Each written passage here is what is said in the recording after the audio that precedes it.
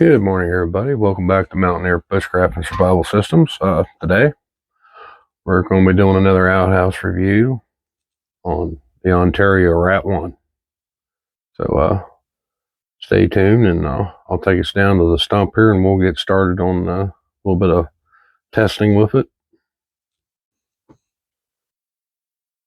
Alrighty, guys.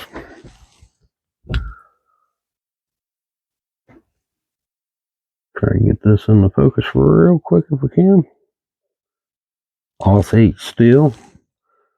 It's made in Taiwan. G10 handles. It's actually got pretty good belt clip. Now, mind you, I've had this for several years, and I've actually carried it quite a bit and used it quite a bit. So, the wear and tear on it, it's held up quite well to that. So, it's got a nice, sharp 90-degree spine. That's over 8 inches long altogether. Overall, it's about 3 3/4 inch of blade length. And I do believe it's somewhere in the neighborhood of 8 1/4 inches in total length, which is pretty nice if you got large hands. I got very large hands. And as you can see, there's still some of the handles sticking out below. Pretty comfortable in a reverse grip. So if you're using this for something as simple as peeling potatoes at a campsite. It does food prep quite good. It's got a nice flat grind on it. But we'll see how she handles working on some wood. Now this is, in a way, kind of a classic Bushcraft folding pocket knife. It's been around for quite a while. It's got an incredibly good reputation. Let's see if we get a little bit smaller piece here. Yeah, there we go. So we'll now they make other variants of steel now for this. You can even get it up into the new super steels and D2. I also have the Rat 2 pocket knife in the D2 steel. However, I definitely got this one long before I got the other one. But we are going to do just a little bit of demonstration for people. That way they can see how well this works. I know Outhouse 8 is no longer much of a steel most people care much about anymore. It's kind of gone by the wayside in a lot of knife applications because of the new super steels. However, I don't have much problem with Outhouse 8. I think it's a pretty decent steel. It sharpens pretty easy, and it keeps an edge decent, but no, it's not no 1095 or, anything like the new super steels, S30V and all that stuff. And, we got Magna Cut and all that fancy stuff out there now. However, for a field knife that folds up and keep in your pocket, it does work pretty well. It's got a nice weight to it. It's not too heavy. But you definitely notice it if it accidentally fell out of your pocket. And as we can see there, she will actually do quite a good job at making some shavings. So we will go ahead and keep that from falling on the floor here. We'll cut that off there. There we go.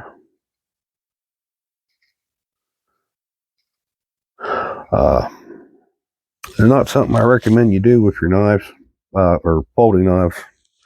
I know there's some out there that definitely claim that they can take it, but you can get a small piece of wood, say like even with this knife.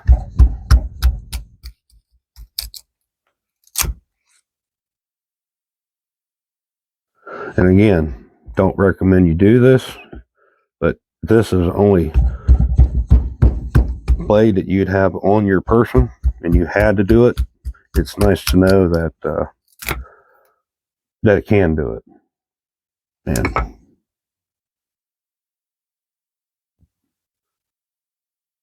Nothing. No wobble. It's fine. It's just got a simple miter lock that's engaged quite well. You know, I try not to abuse my knives.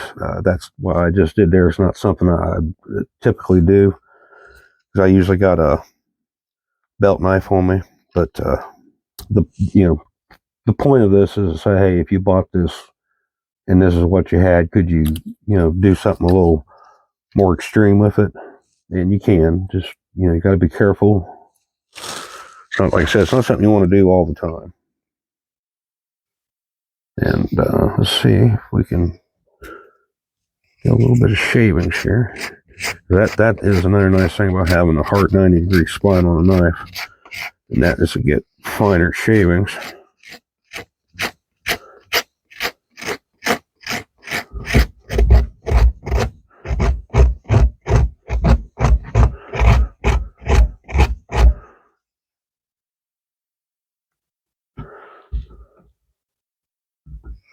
That actually wasn't too hateful. It's I'm digging for a piece of fat wood we made. There we go. This is some fat wood we made from a earlier video. We just basically had boiling wax and soaked this little piece of pine wood into that for a little while.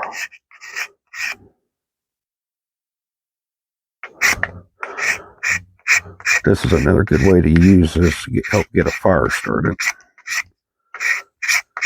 Take a piece of this wax impregnated pine right here and just keep scraping up to you a nice little pile there.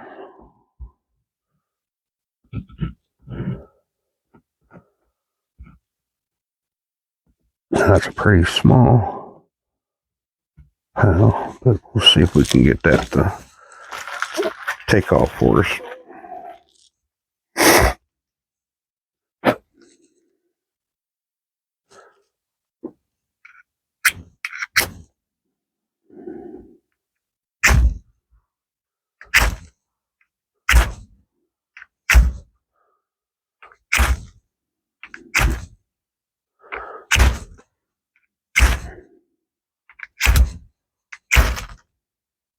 Might need a little bit bigger of a pile.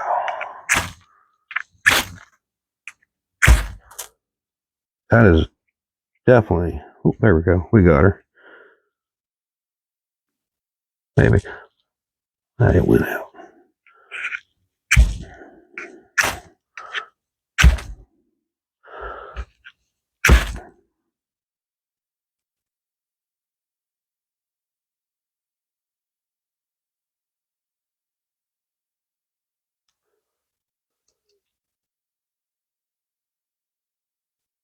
There we go.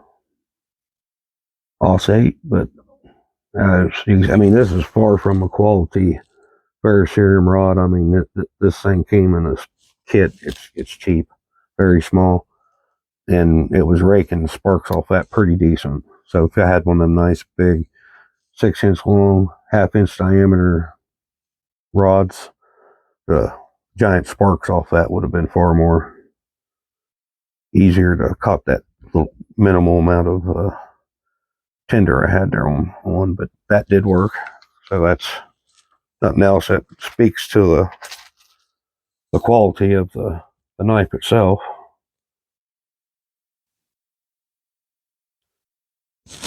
Right, and another thing I do like to do is take a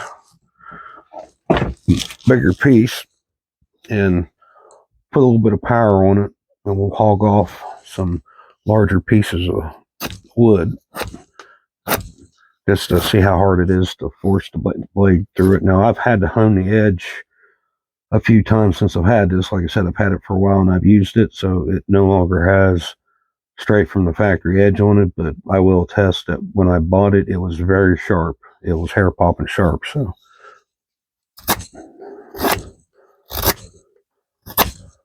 that's not too bad as taking that off there without hardly having to push too hard.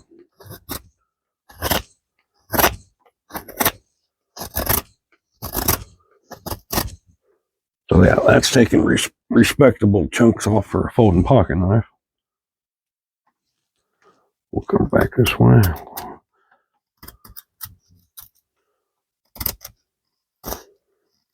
As you see, that's pretty smooth. I'm not having to put a whole lot of force on that. All right, now then, let's make us another bald spot. See if she'll still shave after that little bit of abuse. Get you in focus there. It's definitely not as sharp as it was when I started, but it'll still cut hair. Now, something like that, after I've used it, I'll typically just take the end of my leather belt and I'll just drop it. If I don't have to take a stone to it, I won't. Sometimes you can actually get away with a little bit of light stropping. There's no compound in the leather on this belt either. This is just straight 100% leather belt.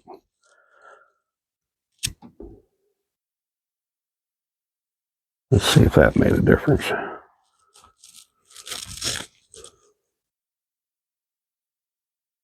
It sure did.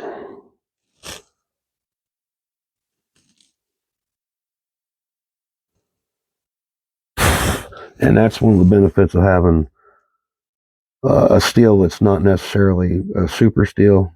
And I'm not knocking those. I mean, those are pretty nice blade materials to have. But just for your average person, keep in mind if you do know how to strop, hone, and sharpen blades, this is definitely not a bad purchase, and this is great as steel, the offset. So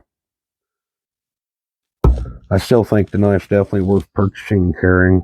I mean, you know, I've kept it all these years. So I'm not going to get rid of it. It's definitely a nice one to have. Nothing else, just to throw in your kit for a backup knife. It does a great, like I said, a food prep, if nothing else. Pretty easy to clean. But with that, I think we'll go ahead and end the video here.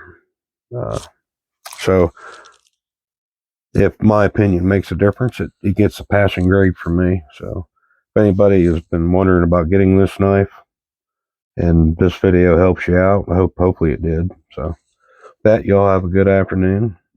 Thank you for watching, subscribing, and I'll see y'all in another video.